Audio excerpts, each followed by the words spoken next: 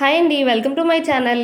నేను ఈరోజు నుంచి అయితే ఈవినింగ్ స్నాక్స్ సిరీస్ అయితే డిఫరెంట్ స్నాక్స్ హెల్తీగా సింపుల్గా ఎలా అయిపోవాలో మీకు అయితే చూపించబోతున్నాను. దాంట్లో ఫస్ట్ సిరీస్ వచ్చేసి వెజ్ శాండ్విచ్. దానికోసమని కొంచెం కట్ చేసిన ఆనియన్, పచ్చిమిర్చి, టొమాటో చిన్న చిన్న ముక్కలుగా కట్ చేసుకొని, స్వీట్ కార్న్ కొంచెం బాయిల్ చేసుకొని యాడ్ చేసేయండి. ఇందులోకి కొంచెం చిల్లీ పౌడర్, ఇంకా కారం, ఇంకా చిల్లీ సాస్ ఉంటుంది కదండి, సాస్ ఉంటే యాడ్ చేసుకోండి, లేకపోతే లేదు. నేనైతే మైనీస్ అలాంటివి ఏమీ యూజ్ చేయట్లేదండి. సింపుల్గా, క్విక్గా అండ్ హెల్తీగా.